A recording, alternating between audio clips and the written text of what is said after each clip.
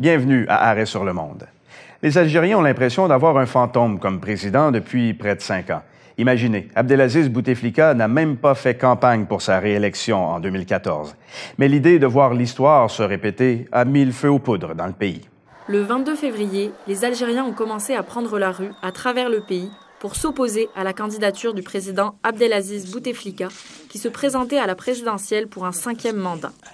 Un peu plus de 2 semaines plus tard, le 11 mars, le président capitule. Il ne sera pas candidat. Du même souffle, la présidence annonce que les élections sont repoussées sine die et prolonge de facto son 4e mandat.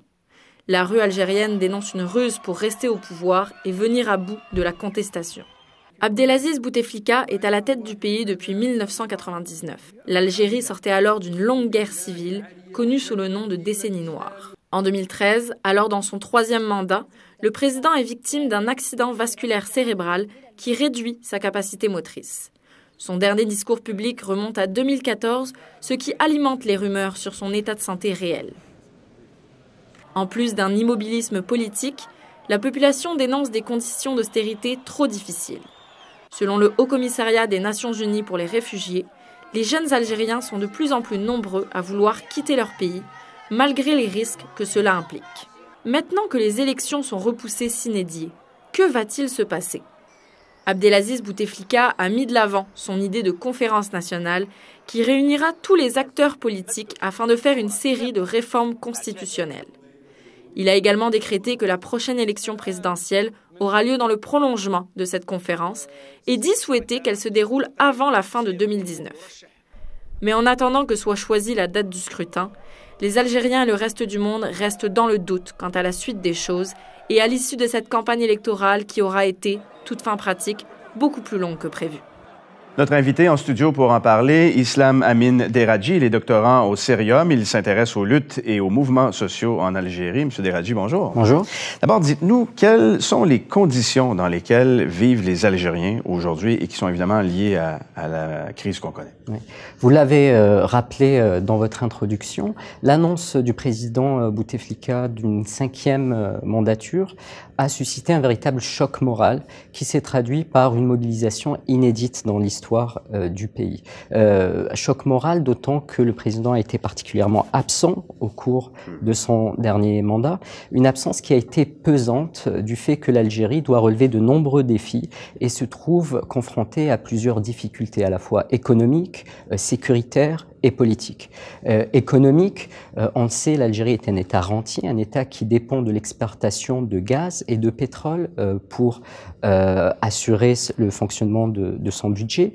Or, la chute du prix du pétrole a créé des difficultés financières, s'est traduite par une chute des réserves de change et a conduit à des pressions inflationnistes, une chute du pouvoir d'achat, etc.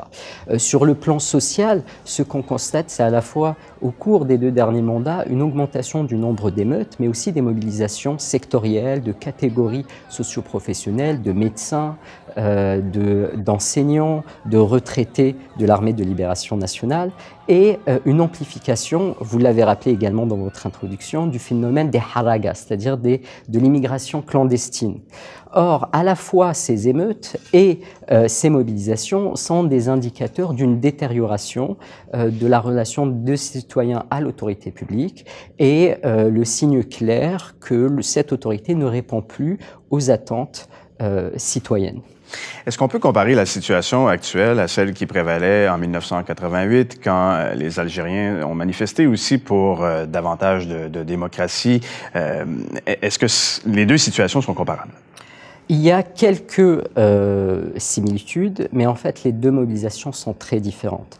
Similitudes dans la mesure où les mobilisations actuelles, comme celles des années 88, s'inscrivent dans un contexte marqué par une chute du prix du brut et des difficultés financières. La différence est toutefois de taille en termes d'amplitude des mobilisations, de composition. À l'époque, c'était surtout des jeunes. Aujourd'hui, il y a bien entendu des jeunes du fait que c'est une majorité, ils constituent la majorité sociale, mais il y a d'autres catégories de la population, des personnes plus âgées, les gens sortent aussi en famille. C'est également une mobilisation transclassiste, c'est-à-dire qu'on voit à la fois des catégories socio-professionnelles plus élevées, des médecins, des avocats, des enseignants, nous l'avons rappelé, mais aussi des chômeurs et des personnes issues de catégories plus populaires, chose qui n'était pas le cas en 88. Donc ce front de classe qui existe aujourd'hui n'existait pas à l'époque. Et enfin, en termes de répertoire d'action, alors que les mobilisations de 88 avaient été assez violentes, avaient conduit à des destructions de biens publics, là on voit au contraire des appels au calme, à la retenue. On salue le sens civique des Algériens, leur sens des responsabilités. Et surtout, ce que montrent les mobilisations actuelles, c'est qu'il y a eu des effets d'apprentissage. C'est que justement, on a retenu les leçons des luttes passées. Et on fait systématiquement référence à ces luttes passées, à la fois celles de la guerre de libération nationale, mais toutes celles qui ont jalonné l'histoire de l'Algérie dans les années 70, 80, 90, soit pour s'en inspirer. On le voit à la manière dont les Algériens, les marcheurs, réinvestissent les référents forts du roman national, drapeau national, chant patriotique, figure de l'indépendance. Puis on le voit aussi en unité aussi avec les drapeaux berbères qui côtoient les drapeaux algériens. Exactement, exactement. Donc on réinvestit les référents d'une histoire nationale propre et tout ce qu'elle a pu avoir de lutte pour la dignité et la démocratie, mais en même temps on tire les leçons du passé. Donc justement on essaye de faire en sorte d'éviter l'escalade, d'éviter un pourrissement de la situation qui pourrait bénéficier aux autorités, comme ça a pu être le cas par le passé. Quand Abdelaziz Bouteflika a été élu en 1999, l'Algérie sortait de la décennie noire, de la guerre civile. Il promettait notamment de pacifier le pays, de le remettre sur les rails d'un point de vue économique. Mais vous le disiez tout à l'heure, l'Algérie est encore aujourd'hui un pays rentier qui dépend du pétrole et du gaz. L'économie n'a pas été diversifiée. Est-ce qu'il y a aussi une déception des Algériens à l'égard des promesses faites par Abdelaziz Bouteflika lors de sa première élection en 1999? Oui, dans les années 99, le président Bouteflika est venu avec un programme à la fois de réconciliation nationale à la suite de la décennie noire, mais aussi un programme où il entendait instaurer l'état de droit, lutter contre la corruption, lancer énormément de chantiers dans différents secteurs, y compris dans le logement social, y compris dans l'emploi pour les jeunes, etc. Donc un certain nombre de promesses qui ont d'ailleurs été pour plusieurs reconduites lors des déclarations récentes.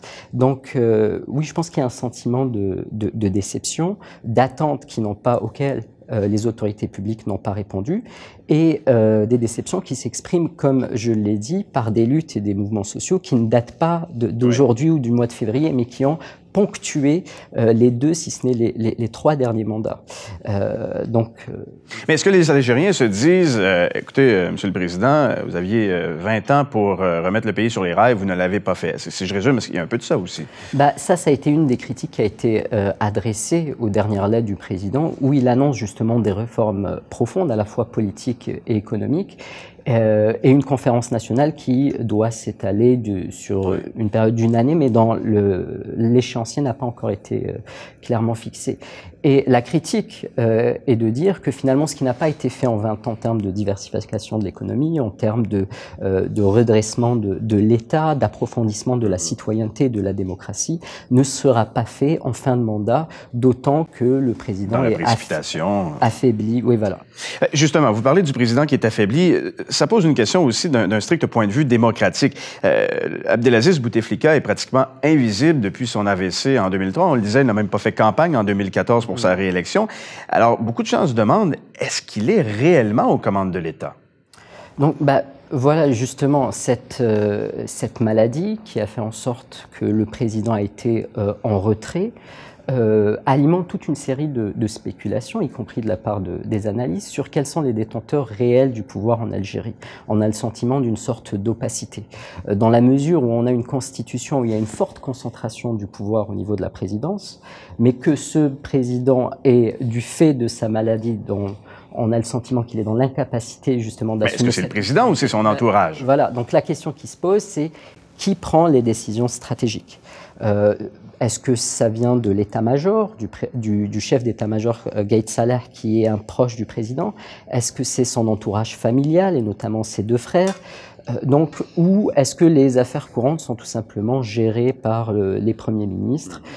Donc voilà, c'est toute une série de questions qui se posent pour essayer de localiser le pouvoir algérien et essayer de le décrypter. Donc ce que vous nous dites, c'est qu'on ne le sait pas, mais en même temps, il n'y a aucune preuve que c'est Abdelaziz Bouteflika qui prend les décisions.